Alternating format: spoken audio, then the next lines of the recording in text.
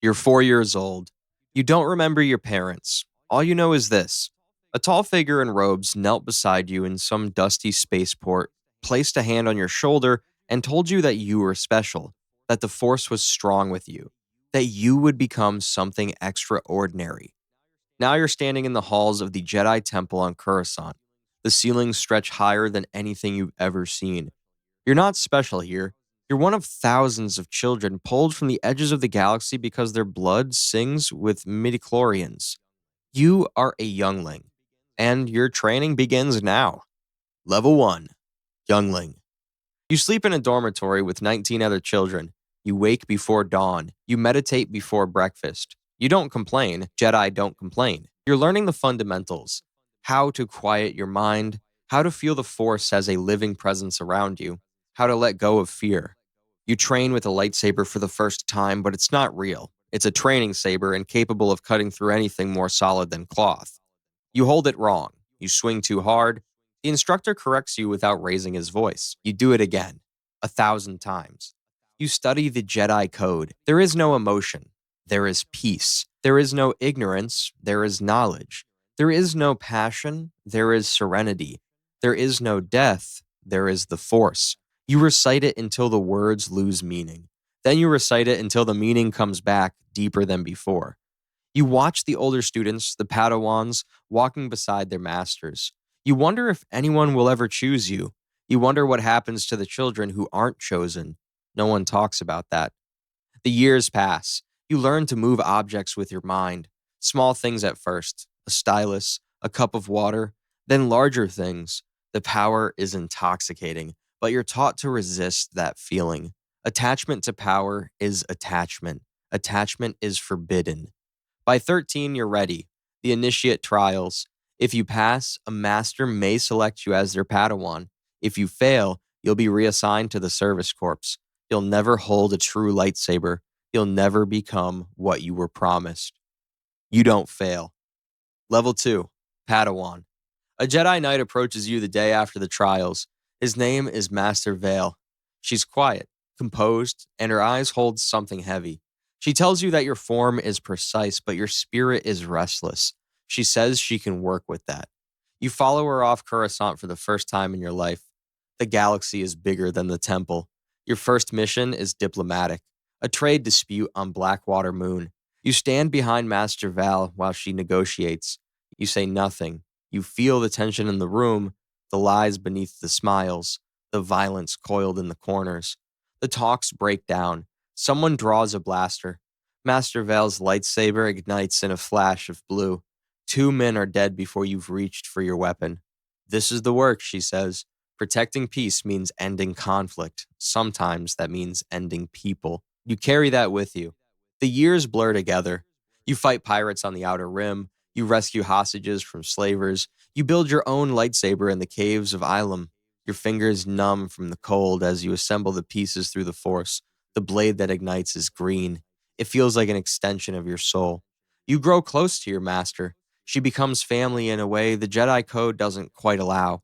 You learn her tells, the way she sighs before delivering bad news, the way she closes her eyes when remembering someone she lost. You don't ask about that loss. Attachment is forbidden, even to the person who teaches you everything. The Clone Wars erupt. The Jedi are no longer peacekeepers. They're generals. Master Vale leads clone troopers into a siege on Christophsis. You watch her make decisions that cost lives. Acceptable losses, strategic retreats. She stops sleeping. You stop recognizing her. One day, she takes a blaster bolt meant for you. In the medical bay, she tells you something no Jedi should say. I'm proud of you. 3 months later, you face the trials of knighthood. Combat, spirit, courage. You face your fears and visions more real than memory. You fight a version of yourself consumed by darkness. Master Vale cuts your Padawan braid in the council chamber. Her eyes are still heavy, but for a moment, you see something like hope. Level 3, Jedi Knight. The braid is gone. No master to guide you, no safety net. You're assigned missions alone now. The council sends you to Ryloth to root out a separatist network. You infiltrate, you eliminate. The work is brutal, necessary. You tell yourself it's necessary. You take a Padawan of your own. His name is Terran, 14, eager, too quick to anger. You see yourself in him, that restlessness Master Vale once saw. You try to teach him what she taught you: discipline, patience, the weight of the saber, and the weight of the lives you take with it.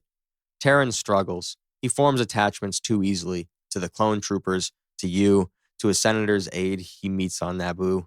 You warn him, you tell him what the code demands. He nods, but you see the rebellion in his eyes. Then comes Jabim. You, Terran, and a company of clones sent to reinforce a failing siege. The rain doesn't stop. The mud swallows Min alive. The Separatist commander is a former Jedi fallen to darkness. He captures Terran.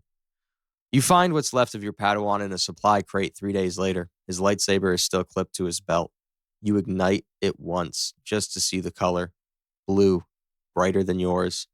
You don't speak for a week. You meditate in the temple gardens. You recite the code. There is no emotion. There is peace. The words taste like ash. Level 4, Jedi Master. Years pass. The Clone Wars end. You train another Padawan, then another. You become what Master Vale was to you. The Council offers you a seat. Accepting means politics, bureaucracy, but it also means influence, the power to shape what the Order becomes. You accept. The first time you sit in the Council chamber surrounded by the greatest Jedi in the galaxy, you feel like an imposter. Master Yoda's eyes meet yours across the circle. He nods once. It's enough. You argue for reform. The Jedi have grown rigid, you say, too bound by tradition. Most masters don't agree. Change comes slowly in an institution 10,000 years old. You're sent to the unknown regions to investigate reports of a dark side presence. What you find changes you. A temple carved from black stone. Sith inscriptions older than the Republic. A whisper in the Force that promises power beyond imagining. You resist, but you understand for the first time why others don't. The dark side doesn't announce itself with thunder. It seeps in like cold water. It offers relief from grief. It offers the strength to protect what you love. You leave the temple behind. The whisper stays with you. You've become something: a warrior, a leader, a keeper of peace in a galaxy that rarely knows it, but the cost accumulates. Terran's face visits your dreams. Master Vale's heavy eyes are yours now. You've buried more friends than you can count. The Force is with you, but so are the ghosts. Level 5, Grandmaster. The title finds you whether you want it or not. The previous Grandmaster falls in battle against a resurgent Sith threat. The Council looks to you. You've trained more Padawans than any living Jedi. You've won wars and negotiated peaces. You've become the Grand Master of the Jedi Order. The weight is immediate. Every decision affects millions. Send Jedi to defend Corellia, and Bathawi falls. Deploy too aggressively, and the Senate accuses you of warmongering. Hold back, and systems burn. There is no winning. There is only managing loss. You speak for the Jedi in the Senate. You negotiate with governments and crime lords. You smile when you want to ignite your lightsaber. You compromise when your soul screams for justice. The younger Jedi look at you with reverence. They don't see the doubt. They don't hear the whisper that never faded. They see a symbol, a monument to what a Jedi can become. You miss Master Vale. She's become one with the Force for 20 years, but you still feel her presence sometimes, a steady warmth at the edge of your awareness. A new darkness rises. It always does. The Sith never truly die. They wait. They return. This time, their attack is aimed at the heart. Assassinations, sabotage, a coordinated strike on the temple itself. You fight, you lead, you watch knights fall in the halls where you once trained. You face the Sith Lord who orchestrated it all. The battle shakes the foundations. The Force screams. You win, barely. The Sith Lord dies on your blade, but so do 100 Jedi. So does the temple's great spire. So does the myth of Jedi invincibility. In the aftermath, you stand in the ruins. Your lightsaber is still in your hand. The blade is green, the same shade as the day you ignited it in the caves of Ilum. But you don't feel like that Padawan anymore. You are the Grandmaster. You are the symbol. You are the weight. A young Padawan approaches through the rubble, maybe 12 years old. Her robes are singed. Her eyes are wide with terror and something else. Something you recognize. Hope. She asks what happens now, how they rebuild, how they go on. You think of Master Vale. You think of Terran. You think of the whisper in the dark temple and the ghosts that never leave. You think of a 4-year-old child standing in these halls, promised something extraordinary.